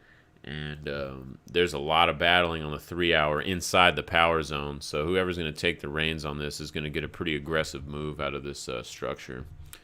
So, and I'm leaning a little bit to the long side. What would kill that? Probably anything. If we'd even dip below $8, I'll probably peel that off. And I've got options on that too, so I got a little bit of flexibility. Oh man, CWT, super sexy chart. This water chart along with XYL were some of our favorite water charts of about a couple weeks ago now, I think. And man, just getting that follow through. This thing has been looking really good, really sexy. Weekly, that was the biggest thing that we liked about it, was this weekly test. Bounced right out of it, over it. I mean, this is textbook super sexy chart action right here. And man, these earnings cycles seem really close together. February, and then they're doing it in the early part, right in April. Man, all right. But yeah, this looks really good. As long as it's riding the EMAs, don't overthink it. So that's it. It's just grinding on up. So yeah, I'm still holding that one for show. Let's see. All right, let's go back to the list. I just want to see the regular markets, see what they're doing. VIX still kind of climbing. Is Russell going to turn around here? Because Russell... Yeah, man, what a weird chart for Russell. We've been talking about how weird it looks for the last week, but it's just, like, getting more weird. Like, what is this? What is this chart? It's like a effed up Head and Shoulders or something. I don't even know, man. It's a weird pattern. Let's pretend it was a Head and Shoulders. Just, I don't know, just to do it. And let's say that's what it is, and we take like a measured move from that. Where does that put us? Damn, that puts us all the way down at 1900. If this is some weird, messed up Hills Have Eyes version of the Head and Shoulders pattern, I don't know, but it's just so damn sloppy. It's like 3-hour has been so bearish for so long since this candle. You see this candle, and we notice this candle whenever you get the DMI and the RSI getting real bearish, and you know that would be when it gets sub the threshold here at about mid 30s. And I use mid 30s and not 30 flat, but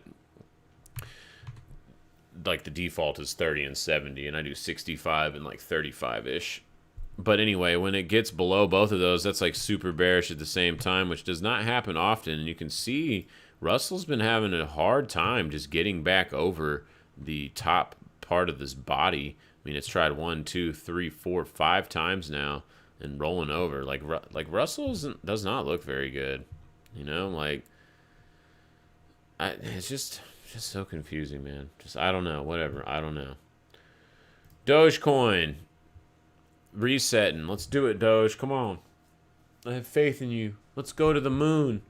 Go to $1 and make everybody rich, except the people that buy at $1. They won't get rich. They'll lose all their money. Let's see. Close that up. We don't need that. I'm just looking at my other computer here. All right, I think I'm going to wrap it up here shortly. What time is it? 2:11. Yeah, I've been thinking about, man, with this boring-ass day, I really want to find some kind of opportunity here, but I don't want to force anything. I'm just not really seeing anything I like in the markets today.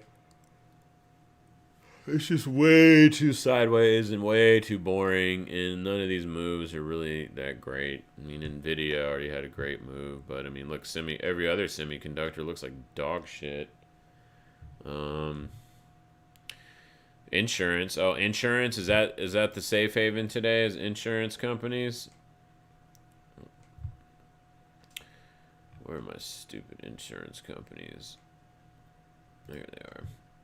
Yeah, insurance companies got the most green out of most of my watch lists today. How about Bet-It? Nope, murdered.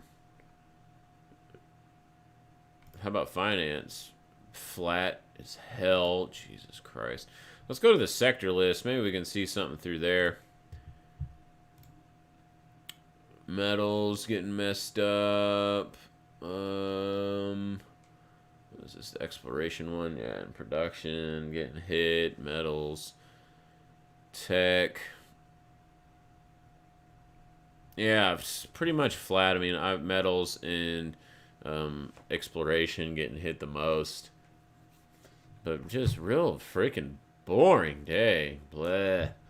Sometimes these days I just will like close up and just go do something outside or go get the kiddo early from daycare and go play with him because it's just like, or maybe if you code stuff or something, just kind of focus on another little project with some alerts in the background or something like that because it's just so blah today. Nvidia is the only big top traded, and this is like billion volume a day list, so these are super liquid. And yeah, I mean, just nothing. I mean, look at this boring shit.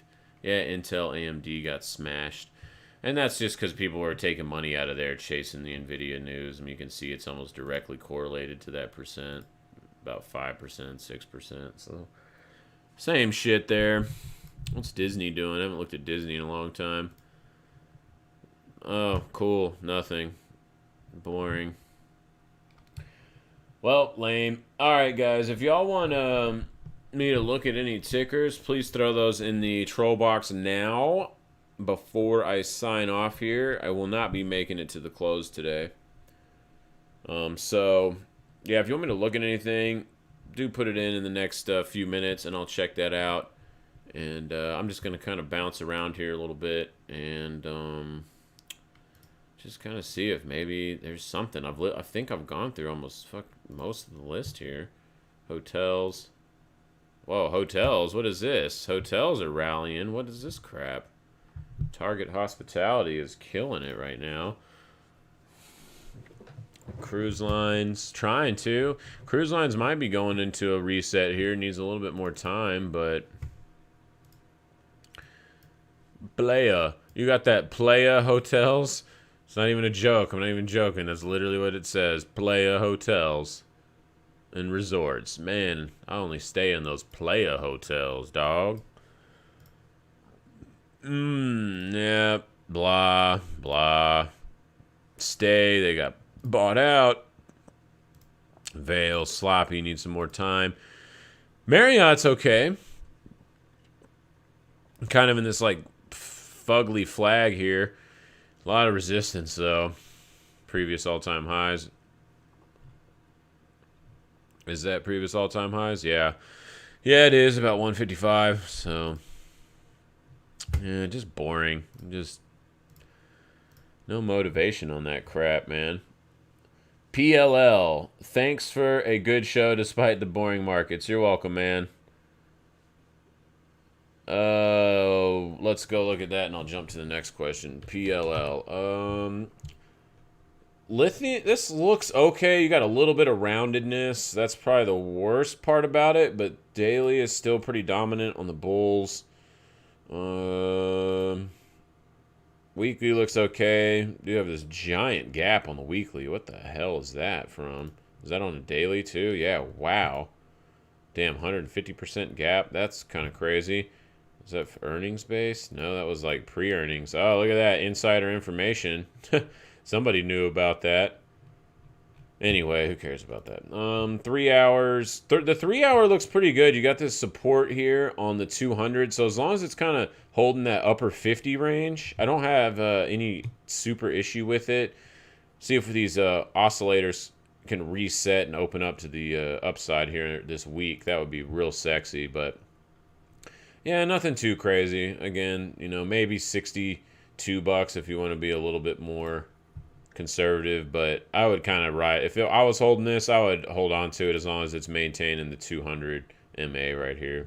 That's what I would be doing. Let's see. Any thoughts on when to throw on shorts? Shorts. Well, are you talking about just general shorts, like in crypto? Are you talking about equities? I mean, I guess they're kind of the same. So shorts, that's a good question actually, because everybody's like, we're all watching the same movie, and everybody's like, it's too high. We can't print forever. Like we all have that logical circuit in our brain saying that, because it is logical and it does make sense. But the problem is people aren't rational and logical sometimes, and they're not right now, not in this market. I mean, look at this shit. If you short at some point, like, you pretty much have to take it off as a scalp, or you're gonna get your face run over within the week, most likely. And so it's just really hard to short. And you can try to pick the tops and stuff, man, but like, the better way to do it is when you see a large sell-off candle. And by large, on this kinds of structure that we have right now, it's got to be like over 5-6% at this point. And so possibly when you see a 5-6% weekly dump, you can maybe start considering fading into any attempted rallies after that. But this market, though, is just so strong. And like, okay, here's a good example right here. I think this one's probably 5%. Yeah, here's like a 5.5% dump. And then you can see it rallied up, and I know this is a weekly, but intraday, it's going to be like coming up slowly into this candle. And, you know, maybe that provides decent opportunities, and then your stops are like local tops here. But you can see, though, I just quickly just ramped up into your face. And, I mean, it's just been doing that. So, like, shorting, I don't even know if I would think about shorting until we see, man, until we see, like, maybe like a 10% move to the downside in a week. And I don't even know, when was the last time we even had something like that? Corona crash? Yeah, this last one, when it cut through all the EMAs like butter. You know, then those are like, I feel a lot more confident about these and selling into any rally into this candle. And a better way too, I didn't mention this, sorry, because this is pretty important. So you want to take like a fib too, extension from that, and you draw a fib on there, and then look at the 618 and the 786 range. As long as on a big dump candle, as long as price doesn't recover past that point, then you have a lot safer entry for those shorts. But once it gets past like the 618 and starts consolidating there, and definitely past the 786, then it's probably just going to do continuation of whatever that trend is. And so right now, man, shorts, I don't even know if you want to fill your brain with that right now, because it might just like mess you up and get you in like a weird trade. Like, yeah, could it dump here 5% this week or something? Yeah, absolutely, that could happen. But the structure is just even bullish on that dump. So I'm just all about, I think this is just buy the dip mode still. And I know that's stupid cliche crap, but I mean, until we really break some structure, which we have not done in a long time, I just don't think it's just even a viable strategy at the moment. It's kind of what I think. That's my 2 cents on equities. Okay, cool. That's what I figured. That's what I ran down on. And I mean, a monthly, if we wanted to look at like a monthly, if you saw like a monthly reversal candle, you know, something that engulfs some action, yeah, you could use that too. Would be a better one on the high time frames. But I mean, look at this damn market. I mean, it's ridiculous. Yeah, I mean, this monthly was a pretty good signal, but I mean, look, even if you did hold the short, it's like, how long are you going to short for? I mean, how long are you going to hold that in this market? Because you're gonna give up the gains pretty fast. You could use ATR on the left here. That's why I love ATR on the range. So you could use that, and maybe you just hold the short and take it off when you see an appropriate range cycle kind of hit. Or if you're just hedging your portfolio, maybe you just hold the short until it makes new highs again. You know, that's another way to do it. So you're losing a little bit of money, but you're mostly using it as a protective hedge measure and not to like make money off of shorting. I think trying to make money off shorting right now is a dangerous, dangerous game. Winnebango. We are going to that now. WGO. It's funny they're publicly traded. Winnebango. All right. Let me soak it in for a second. Let's see.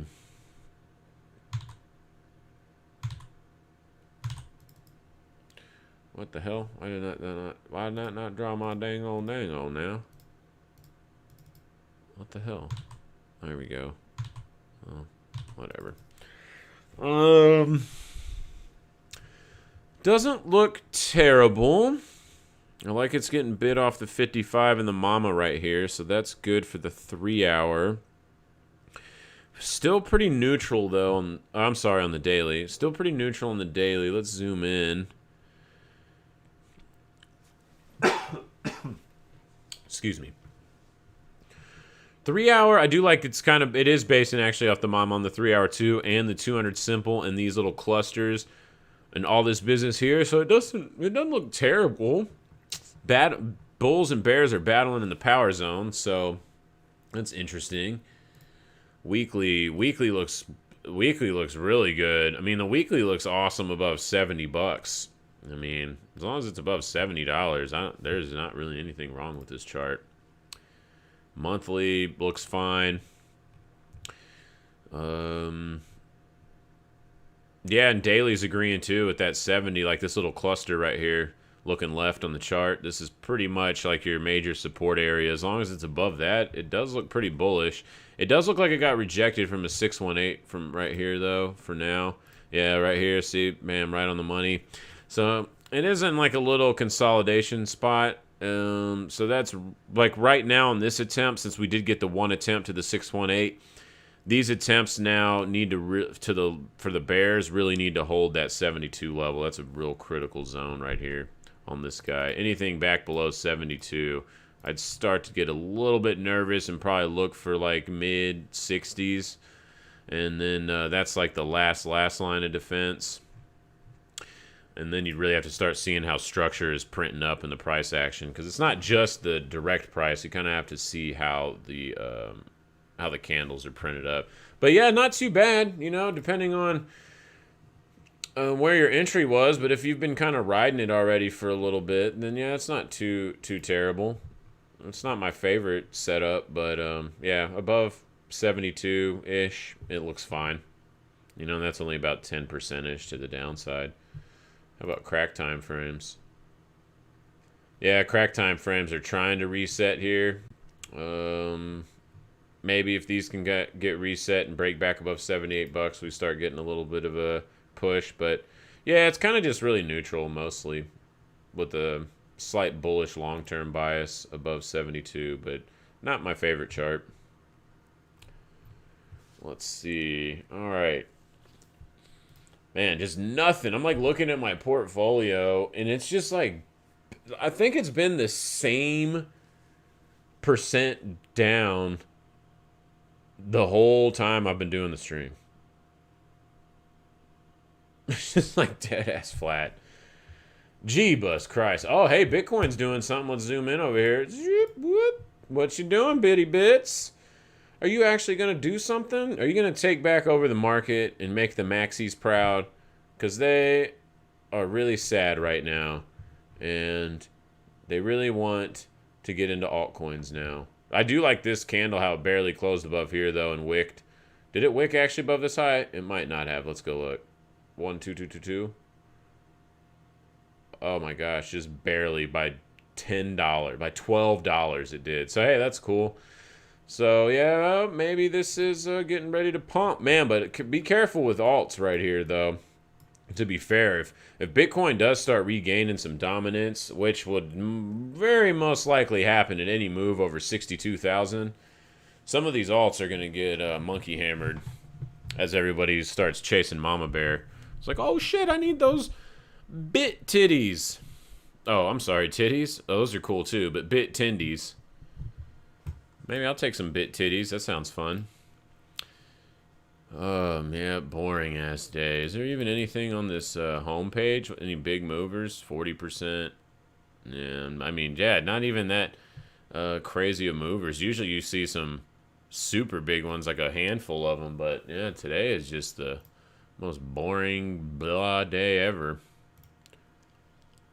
Damn, even on the sell-off side, it's like barely anything down. Oh, let's go look at H-bar, actually. I've been wanting to kind of re-enter that one, but haven't really seen a good spot for it quite yet. This one actually is okay. Yeah, this one's okay. That's not too shabby. But nah. I'm gonna wait and see how Bitcoin closes the daily before I do anything real crazy. I just want to know. I just want to know. What are you gonna do, Mama Bear? Show me. Show me the way. Hodl my hand. Just please. Oh man.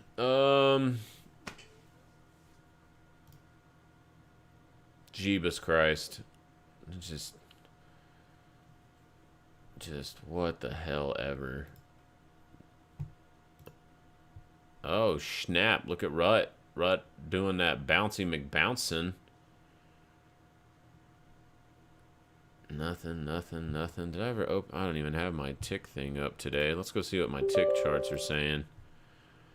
Because sometimes those give a little bit different view of the markets. We talked about that last week. Tick charts remove time from the equation, and they only look at closed trades, executed trades, and that counts that as one tick.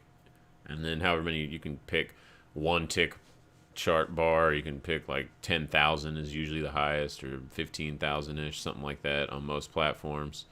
And so then at every 15,000 trades, it'll print one bar. So there's a lot of variability in there. Oh, there's always installing updates every freaking day on this thing that I open it. I guess that's probably a good thing. I wonder if I want to get in anything that's down a little bit right here. I'm really conflicted if I'm going to... really conflicted about doing anything today. What did Ignis do? Did Ignis just get monkey effed? Let's go look. Probably. If Arter did. Let's see. Yeah, same kind of candle. Look at that. Boom. Monkey effed on that one. Oh, snap. Alright, load this up. Okay, just... I don't care about any of your stupid shows. This garbage-ass crap clogging up y'all's platform to tell people, oh my gosh, no, don't go there. I wish I could remove that tab, the education tab in quotes. Yeah, I saw them do I saw TD at a conference one time at a trade show. They were like, oh yeah, see how VIX clusters and goes down? I'll just give you a visual real quick with this mini rant. They're like, see how VIX clusters? This was like in 2017 or something. They're like, see how it clusters here? It doesn't really go below, the low teens that often. So all you got to do is go buy calls on it and then get long the VIX. And you make money. And if you know anything about the VIX, that's the most retarded shit you could ever say about it, because there's massive amounts of decay. It costs like $1,700 a month just to hold one long futures VIX contract. They don't mention that though when they're in the conference. It's like they're just like, oh, just buy a bunch of options, dude. Let me tell you from personal experience, that's a good way to lose all your money, because that's how I blew out my first account back in the day. Was that because everybody sees that we're all watching the same movie. Oh yeah, dude, buy this. And I didn't know that much about options and the Greeks and how like theta decay worked and stuff like that, and just thought like the whole super dynamicness of options. And I was just like, oh yeah, that makes sense. And I was trying to do that before I saw that presentation, and then I saw it and I was like, dude, what about theta decay? You're just like, oh, shut your mouth, don't talk about that. We're trying to hustle these people. Kind of sad. Kind of sad. But whatever. What are you going to do? Finance is a dirty, dirty game, guys. You think a used car salesman is bad. Oh. Welcome to finance. All right. What do we got over here? Oh, we got a little thing. Hey, it's Mr. Rock. What's going on, buddy? Yeah, still yawn. It's mostly big yawn day. IIPR. Hey, but IIPR is holding up its gains, though, against the sector. Most of the weed sector has been getting hit pretty hard today. Square is suing Craig for what? Like for what? Like why? What, like that doesn't even make any sense.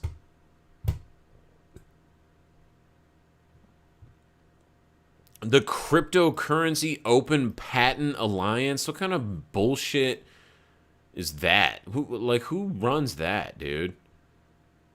Man, at this conference I went to, it reminded me of the old school days when crypto first came around. Lots of libertarian-minded dudes and Mises Institute dudes and stuff like that. Very anti-government, kind of almost anarcho style. And yeah, they were talking mad shit about Bitcoin and the core developers. It was pretty brutal. Nobody puts Bitcoiners in a corner. Yeah, let's get like a cult, guys. That always ends up well for your pocketbook when you act like a cult, okay? Well, like, what the fuck, dude? Craig Wright is just the new Roger Ver. They're like, oh yeah, Roger Ver, he's toxic. He's so toxic to the community. And it's like, really? He actually probably spread more freaking awareness of Bitcoin than almost anybody in the whole sector. It's like, what the hell ever, dude. Yeah, a cease and desist demanding they stop. I guess Wright said stop hosting the white paper. So it's a little bit of also dumbness of Craig on that, it looks like. Yeah, I don't even know. Craig, he's a silly guy. It's all silly. Like, what is this hoopla? There's a bunch of like distractionary methods. I don't know. I don't like any of this crap. I just don't understand it. Oh yeah, the COP is a 9-person board that represents the entire community. Yeah, because that always works good. That was the whole point of Bitcoin, was that you don't need, in crypto in general, to not rely on stupid boards and rely on all the entire community, you know? It's like, yeah, whatever. And this is over copyright claims. Oh, what, is Square Satoshi now? Get the fuck out of here, dude. So ridiculous. Craig's trying to enforce copyright on anyone who posts a Satoshi paper. Square Open Patent Group says no. Yeah, whatever. Stupid Craig, dude.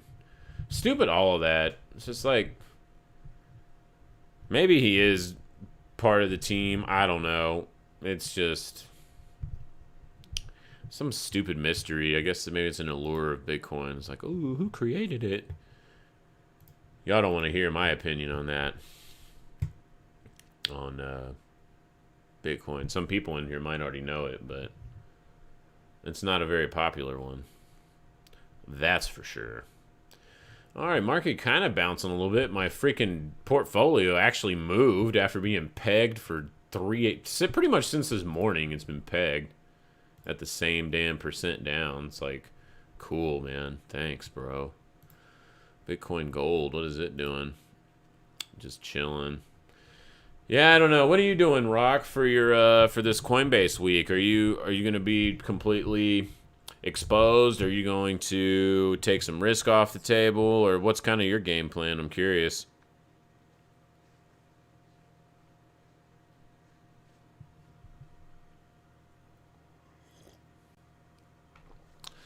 I need to trade some FX, man. My FX account has turned into a born-again virgin. I haven't made a trade in it in like forever.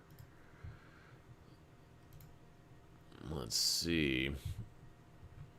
And yes, all the same technicals and stuff we like to do on this show work for Forex. It works on anything. You're just watching the psychology of humans in the market when you look at price. So it doesn't matter what you're trading. Just remember you need liquidity in it to get out. And I mean, most of the FX pairs are going to have pretty decent liquidity.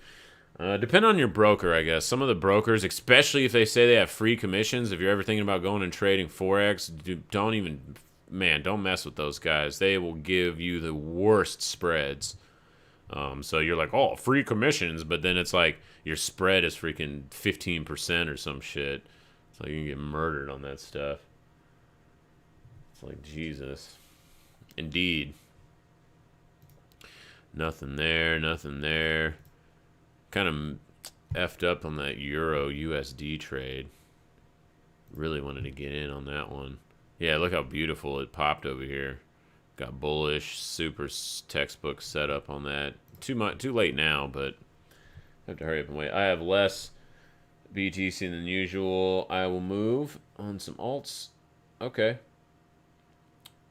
Yeah, I agree with you. That we were talking about that earlier. I think you kind of came in late, but yeah, Bitcoin breaks out over 62K. I'm definitely going to scale out a lot of alts because, well, we know what happens when Bitcoin really gets excited. And don't forget, I mean, Rock, you just joined. I don't know if you rewind sometimes, but it's just really interesting that we have all these things, yeah. But then BTC to USD at mid 70s. You're like, all right, at mid 70s, I'm done with this party.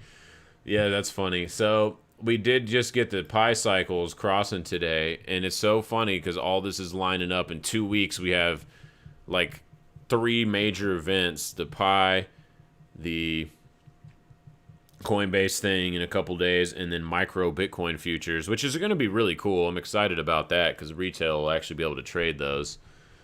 Because 5 Bitcoin and you have to put up, almost all of the margin. It's like, most people aren't going to freaking put up 200K to trade one contract on the futures. That's out of the reach of most retail. So, yeah, I mean, the average retail account, I think, is only like 40 grand or something like that. So that's way out of their reach. But a tenth, I think the new one's only going to be a tenth of a coin, and it'll be increments of $5 ticks at 50 cents a tick. So that'll be very manageable for most people. And even if they make you put up the whole amount, it's going to obviously be 6K right around there right now. But yeah, so we've got that coming out right around here on the 3rd, I believe. And then all this stuff happening in this cycle, which is funny because in the research that I've done on the Pi cycle, it's usually about a week or so that it resolves the top and the rollover. So only one instance did it rally like 60%, and 60% tags up in this not so aggressive Pi cycle. This is like the least aggressive Pi cycle. Over here, the thick red. But man, yeah, if we ever rallied into this, I'm right there with you, Mr. Rock. I'll probably take off 80%. If that happens, and then see what happens. Because you can always buy back in. We always say that over here. You can always buy back in. And just when we start getting scared, if this thing does start breaking out that aggressively, then you have to look for the just of aggressive moves to the downside. So, yeah, being very cautious here around these times. Good old Coinbase. Coinbase did mark the top last time in 2017. It was the most downloaded app over the Facebook app. Coinbase app was. And that was like the week it topped. It's like, oh shit, we're done. And then the week also when the day futures came out, Bitcoin futures was the top. So that's pretty funny. But yeah, so we just got a lot of weird stuff. And I'm not really into a lot of the moon cycle retro stuff. But there are some traders that actually use that. I'm not really sure how that works. But I know a guy that makes money doing that. It's freaking weird. It's crazy, man. And he does very well. So you got all that retrograde stuff also in the next 2 weeks on top of these other 3 things happening. Woo, that's a doozy. Get your popcorn ready, baby. All right, yep. So blah, blah, blah. More flat whackness. Just so lame. I'm just so bored. It was like, and that's why I'm not trying to buy anything because I hate going when I feel this way. I don't like to go force any kind of trades. It's like, oh, that's usually when you enter some bad ones, generally speaking. Yeah, a whole bunch of nothing. I'm just going to wait till the daily closes and then go from there and see what happens. And I think I'm going to do a wrap up. Oh, shit. I said I wasn't going to stay till close, but I guess I lied. All right, so major resistance up here around the 62,000 area. If it's below 62K, I'm pretty much like, whatever. It hasn't broken out yet. You know, a lot of people might be using 61 and other stuff, but I just really want to see it clear 62. Yeah, the high is like 61.8 and change, but I want it to be more definitive than that. Oh, and if you're wondering actually what this pink line is, it's a anchored VWAP, which is a very useful tool, especially in the shorter time frames. You can use it in the long time frames too, actually. So I'll take that back. It's just an awesome tool. So if you're probably familiar with VWAP, but anchored VWAP allows you to pick the place where it starts the calculation. So it's a really cool feature, and it's just a little tool that they got. I believe I have it on my list down here on my favorites list, but where the hell is it? It's I don't ever look at these that much anymore because I already have my favorites on, and so is it this one? There it is. Strategy, yeah, so it's on the arrow trend line one, anchored VWAP. It looks like this. So chart analysis alert. What is this? Oh, from my trade stations alerting me. Oh, well, thank you, sir. Anyway, anchored VWAP. You can take a VWAP, volume average weighted price, and you can click it on anywhere you want, and then it will draw the line based off that. So it's a little bit more customizable VWAP. And so that's what I just did here.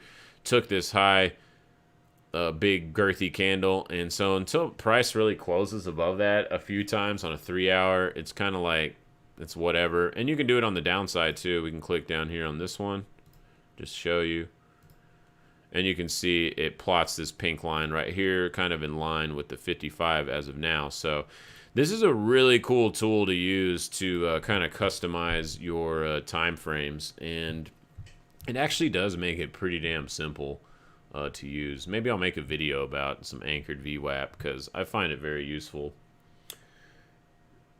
Could be worse. Yeah, you're right. It's all good. I ain't worried about it, man. I don't want it to come off as complaining.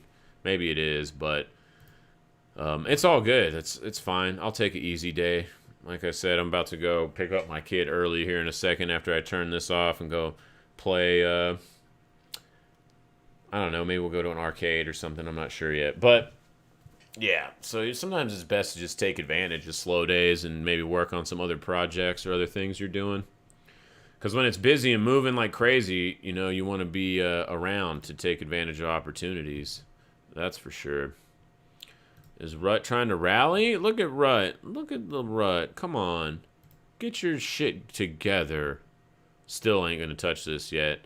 I tried to get nibble long a couple times on the short time frames in here, but I pretty much just kept getting scrapped out for even or small losses, maybe a couple really small gains. But let's see, YM, what do we got? Wow, look at this, great chop fest here. End of day rally, we love to get those, don't we? In the markets. Yeah, very neutral for the most part, too, on the tick charts. I guess gold might be the only thing. Maybe I will do some GDX or something.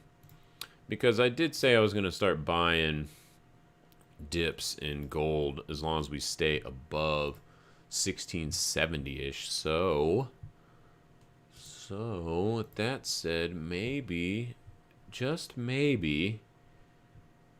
What's GLD looking like? Not GLDS, just regular GLD. Just maybe about 160-ish. I'm going to go look at some options on this guy. Let's go look at GL Dizzle. GLD? Ow. Not too shabby. Not too shabby. What was this, about 60? I can sell the... that one's not as good.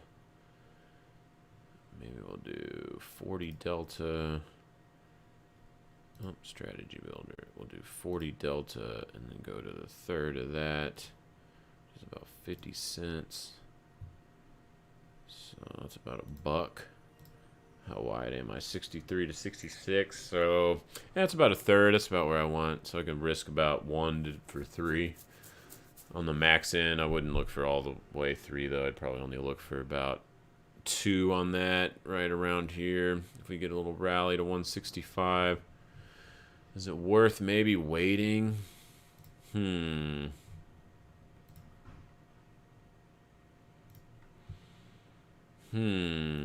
SLV might be a better play because it's hit harder today. Why is SLV? Oh, here it is. Right on these bases here. I mean, like the only thing I might want to nibble on is some kind of gold. Ah, shit, I don't know, man. That's tough. It's a tough one. Let's see what SLV looks like.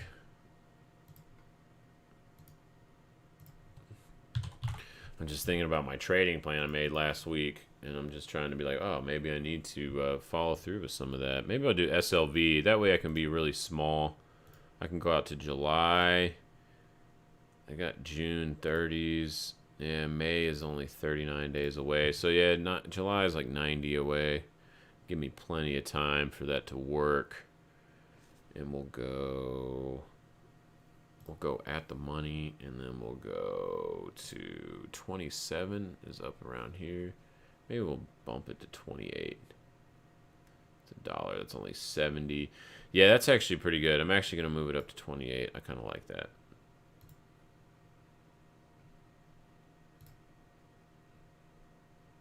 Yeah, wait, there's more volume on the 27, though. And the 29. What is it? 26 minus that's like 80-ish. Making me do the math on here. Oh my god. Yeah, that's not too bad. I'll take that. It's about 80-cent risk, and I got a 23 strike in July and selling the 28 to cap the upside so I don't get theta burned all the way. You know, let's see if that can fill. Might be the only thing I do today. Just a tiny nibble. Just a wee little nibble. Alright, give me a fill. I'm gonna work this up real quick because I don't have much time. Ow. Ow. Weird headache. 123. Did I do the wrong? No, that's right. Why is that? That's not right, dude. Let's do this again. 123 half. Bitches. Strategy. 123 half. Give me that. Sorry, I'm just filling this up over here. Bear with me. Or attempting to get this filled up. And 27. So that's like 80 cents. Why is it tripping like that? I don't know. I don't know, man. Oh, you're... Alright. Did I get filled on that? Biatch. Alright, got filled on that. So I got the 23 half at 27 for a roughly a little over 4-to-1 risk to reward is what I'm setting up for that. And it's a small. I only am nibbling on one right now, one contract. We'll load up some more if this week if we kind of get some more lulls down here. All right, let's go. Final wrap up or whatever the hell. Oh, bitty Bitcoin.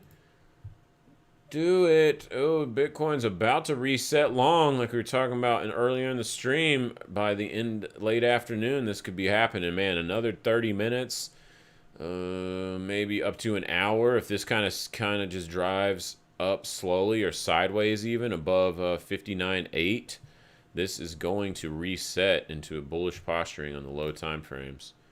So that's pretty damn sexy. Let's get some Coinbase hype, which should be coming up unless it's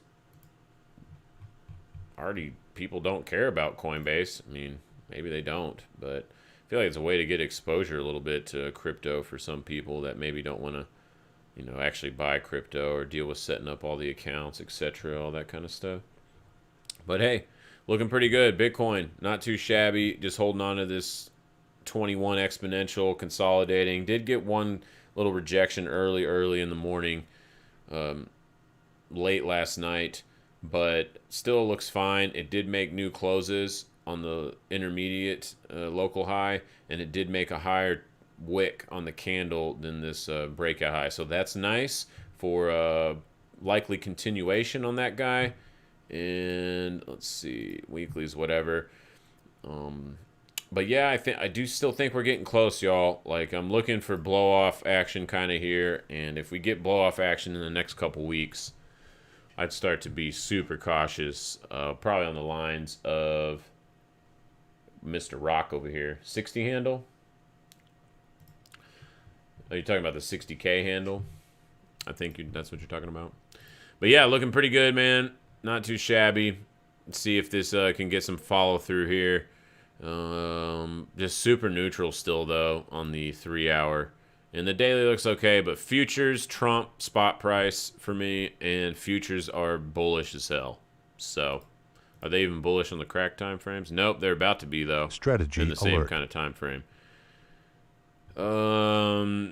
Price crossing over. Oh yeah, I'm testing a new little system for week trend trading. So those are just popping up on the bottom. That's what that's for. I'm still kind of tweaking it though. But yeah, so anyway, looks pretty good. Holding up above 59.5 on futures looks nice. Ethereum looks good, holding above I'd like to see it hold above the middle part of this range, about 2070-ish or so, and it looks good. Any closure above 2200 on a 3 hour probably gets us to continuation to the next target at 24. Daily would definitely do it. Not definite, I mean, nothing's 100%, but it becomes very highly probable that happens. Anything back below that 2070-ish area, probably look for the bottom end of the range, and then we'll have to just see what happens with the candles. But kind of just interesting, boring, flat day. There is some down stuff a lot, but overall just kind of a big nothing burger today. Only thing I did was nibble on some silver, and that's about it. So I'm just going to keep it with that, keep it short. Keep it simple trading today, and wait till tomorrow. See how some of these dailies close, and hopefully we can find some opportunity mañana. With that said, much love. Thanks for tuning in. I'll see y'all guys tomorrow for the live stream. And until then, happy trading, and we'll talk tomorrow. Peace.